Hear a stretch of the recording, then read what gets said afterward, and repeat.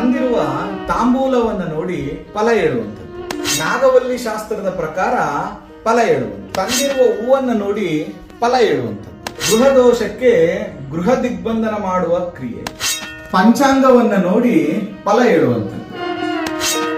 ರಮಲ ಶಾಸ್ತ್ರದ ಪ್ರಕಾರ ಸೊನ್ನೆಯನ್ನ ಸುತ್ತಿ ಫಲ ಹೇಳುವಂಥದ್ದು. ಇದರ ಜೊತೆಗೆ ಧಾನ್ಯ ಪ್ರಶ್ನೆ, ನೆರಳಿನ ಪ್ರಶ್ನೆ, ಮನೋಗತ ಪ್ರಶ್ನೆ ಮತ್ತು ಕಾತ್ವೇನ ಪದ್ಧತಿ ಪ್ರಶ್ನೆ, ಹೀಗೆ ಅನೇಕ ವಿಧವಾಗಿರುವಂತಹ ನಿಗೂಢ ವಿಷಯಗಳನ್ನ, ನಿಗೂಢ ಪ್ರಶ್ನೆಶಾಸ್ತ್ರ ತರಗತಿಯನ್ನ ಇದೇ ತಿಂಗಳ 25ನೇ ತಾರೀಕು ಬೆಳಿಗ್ಗೆ 9 ರಿಂದ ಸಂಜೆ 5:30ವರೆಗೆ ಮೈಸೂರಿನ ರುಚಿ ಹೋಟೆಲ್ ಅಲ್ಲಿ ಕಲಿಸ್ಕೊಡ್ತಾ ಇದ್ದೀನಿ.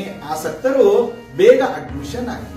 ಹೇಳೋದಕ್ಕೆ ವರ್ಡ್ಸು ಇಲ್ಲ, ಅಷ್ಟೊಂದು ನಾಲೆಡ್ಜ್ ಪಡ್ಕೊಳ್ತಾ ಇದೀವಿ. ಇಷ್ಟೊಂದು ವಿಚಾರವನ್ನು ತಿಳ್ಕೊಳ್ಬೇಕಾಗಿತ್ತು. ನಾನು ತಿಳ್ಕೊಂಡು ತುಂಬಾ ಸಂತೋಷ ಆಯ್ತು. ಈ ವಿದ್ಯೆಯನ್ನು ಮುಂದೂ ಕಲಿಸಕ್ಕಿಲ್ಲ, ಹಿಂದೂ ಕಲಿಸಲ್ಲ.